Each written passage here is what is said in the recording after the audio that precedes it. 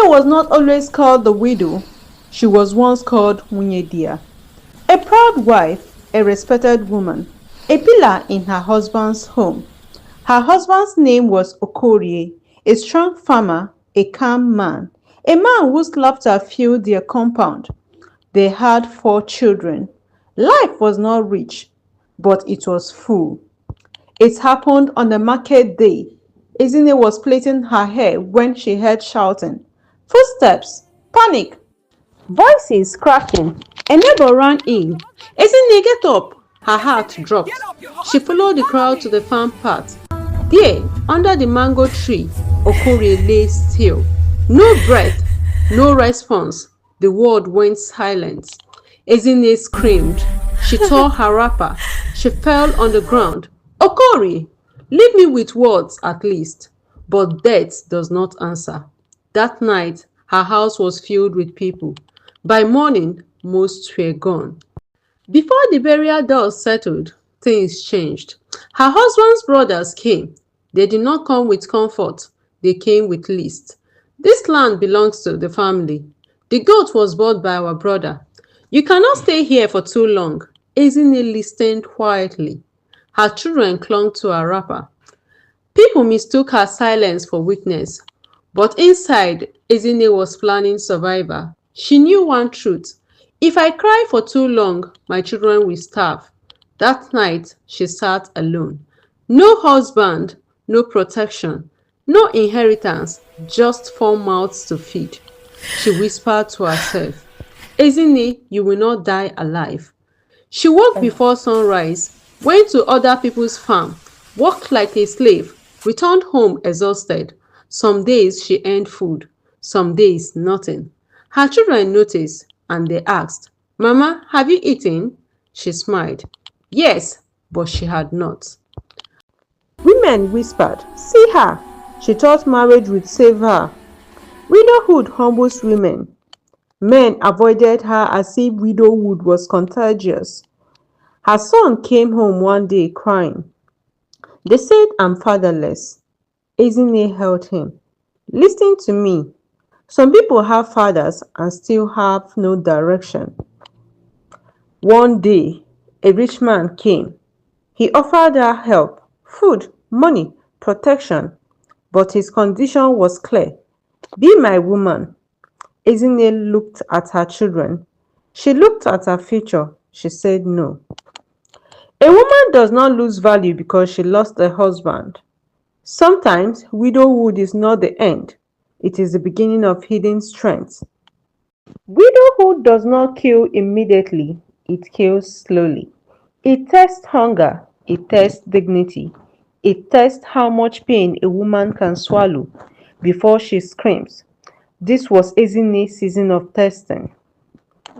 The rain delayed that year. Crops failed. Food became expensive. For Ezinne, hunger was no longer a visitor. It became a resident. Some nights, her pot touched fire but cooked nothing. She would stir water just so her children could sleep, believing soup was coming. Her daughters learned early.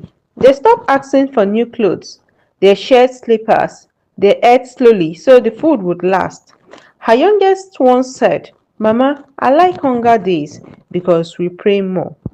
Ezinne turned away and cried. Her husband's younger brother, Chukwudi, returned. He smiled too much. Munyanyi, he said, why suffer like this? He offered to help. Soon, he began taking things quietly. Firewood, tools, even Okorie's old bicycle. When Ezinne confronted him, he laughed. Who will challenge me? A widow like you? You can't. One market day, disaster struck. Ezinne bought food on credit. Before she could sell her palm oil, rain scattered the market.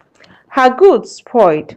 When she couldn't pay, the trader shouted, Everybody see you, widows are professional debtors. People stared. Ezinne knelt, not because she was weak, but because her children were hungry. That night, the rich man returned with food in his hands, money in his pockets. 1 year will end your suffering, No. he said. No. Ezinne trembled. She imagined full plates, medicine, school fees. Her body was tired. Her soul fought. She whispered, "If I fall today, my children will stand on shame tomorrow." She said no One again. yes will end your Later suffering. that night, her child developed fever. No money, no transport. Ezinne carried the child on her back, walked barefoot to the herbalist's hut. Halfway there, her legs failed. She sat on the road and cried. Not God, loud, but deep. even widows God, are even humans. widows are human. A woman passing stopped. An old woman. She gave herbs. She gave words. "You will not die poor," she said. "You are being sharpened." That night the fever broke. Hunger humbles, humiliation hardens, but a woman who refuses shortcuts builds a future that cannot be mocked. Sometimes survival demands courage, and sometimes courage demands a decision that will make people hate you. This was the season Ezinne stopped begging life and began challenging it. That morning, Ezinne woke before the cock crowed. Her body ached. Her mind was heavy. She looked at her children sleeping on mats. She whispered, "If I don't change something now, we will disappear quietly." She remembered her mother, a woman who made soup and herbs. Ezinne had learned as a child, but never used it. She had no capital, only memory, only courage. She sold her last wrapper, bought ash, palm oil, herbs. That night she made soap. When she started selling, people laughed. Who will buy soap from a widow? Is sorrow now a perfume? Children mocked. Ezinne kept selling. One woman returned. "This soap cured my child Thank you. rashes." Your soap cured Another my came, son's then rashes. another. Money began to appear, small but honest. The same relative noticed. Chukwudi frowned. "She's becoming proud," he said. Rumors started. "She uses charms. Widow don't rise naturally." That night, the rich man accused her publicly. He said, "She wanted me." The village gasped. Ezinne stood still, then spoke calmly. "Hunger begged me, but shame never bought me." Silence fell. When a woman rises without permission, lies will chase her. But truth walks slower and arrives stronger. Success attracts attention, attention attracts envy, and envy never fights fair. This was the season. Ezinne learned that survival alone is not enough. One must also be prepared to be hated. Ezinne's soap business grew, not fast, but steady. She woke before dawn, mixed soap late into the night.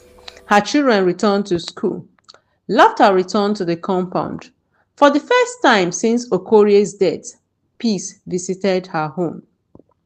Chukwudi came again, this time with papers. "The land is ours," he declared. "You have 1 week to leave." Ezinne felt her chest tighten. This land was all she had. She went to the village elders. They looked away. Tradition favors men. She went to the town clerk. Money was required. She had none. That night, fear returned. Her son was angry. "Let us fight them," he said. Her daughter whispered, "Mama, don't die for land." Ezinne listened. Then she spoke. "This fight is not about land. It is about dignity." Rumors spread again. She wants to inherit what is not hers. She has become stubborn. Women avoided her. Customers slowed. Isolation returned. One night alone, Ezinne broke. She knelt. "God, if I must lose everything, don't let my children lose hope." The same old woman returned. She brought witnesses, proof. The land was legally Okorie's. The elders were forced to listen. Chukwudi was shamed. Standing for what is right will cost you comfort, but silence costs identity. Life does not apologize quickly, it waits. It watches, and then one day it speaks loudly enough for even your enemies to hear. This was a season time itself defended Ezinne. After the land case, Ezinne did not celebrate. No dancing, no boasting. She returned to work because she had learned something important. Victory is sweetest when it is silent. Her soap business stabilized again. People returned quietly. Those who once mocked her now whispered. She endured. Years passed. Her first daughter finished school. No help, no sponsor, just a mother who refused to give up. The village gathered for her graduation. People clapped. Ezinne sat quietly, tears rolling down her face.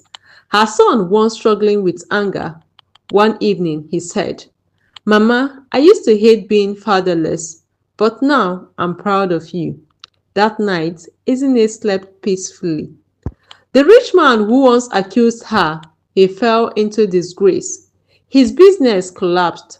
The same people who believed his lies now avoided his name. Ezinne said nothing. At a women meeting, the leader stood. "We have judged widows wrongly." She called Ezinne forward. Applause filled the hall. Ezinne bowed her head. Time exposes lies. Patience is not weakness, it is strategy. Some victories are loud, others arrive quietly and stay forever. This is the season when suffering turned into legacy. Years passed, Ezinne's name changed meaning in the village. Once whispered with pity, now spoken with respect. Children greeted her first on the road. Women sought her advice, but she remained humble. Young widows began visiting her. "How did you survive?" they asked. Ezinne answered simply, "One honest step at a time." She taught them skills, soap making, trading, and patience. On the anniversary of Okorie's death, Ezinne sat alone. She spoke softly. "I survived without you, but not without love," she cried, not from pain, but from gratitude. Her children grew into leaders. They spoke proudly. "We were raised by a woman." The villagers listened. At a gathering, Ezinne said, "Widowhood is not shame. Poverty is not curse. Giving up is the only defeat." Silence followed. A woman does not disappear because life tried to erase her. She disappears only when she stops believing she matters.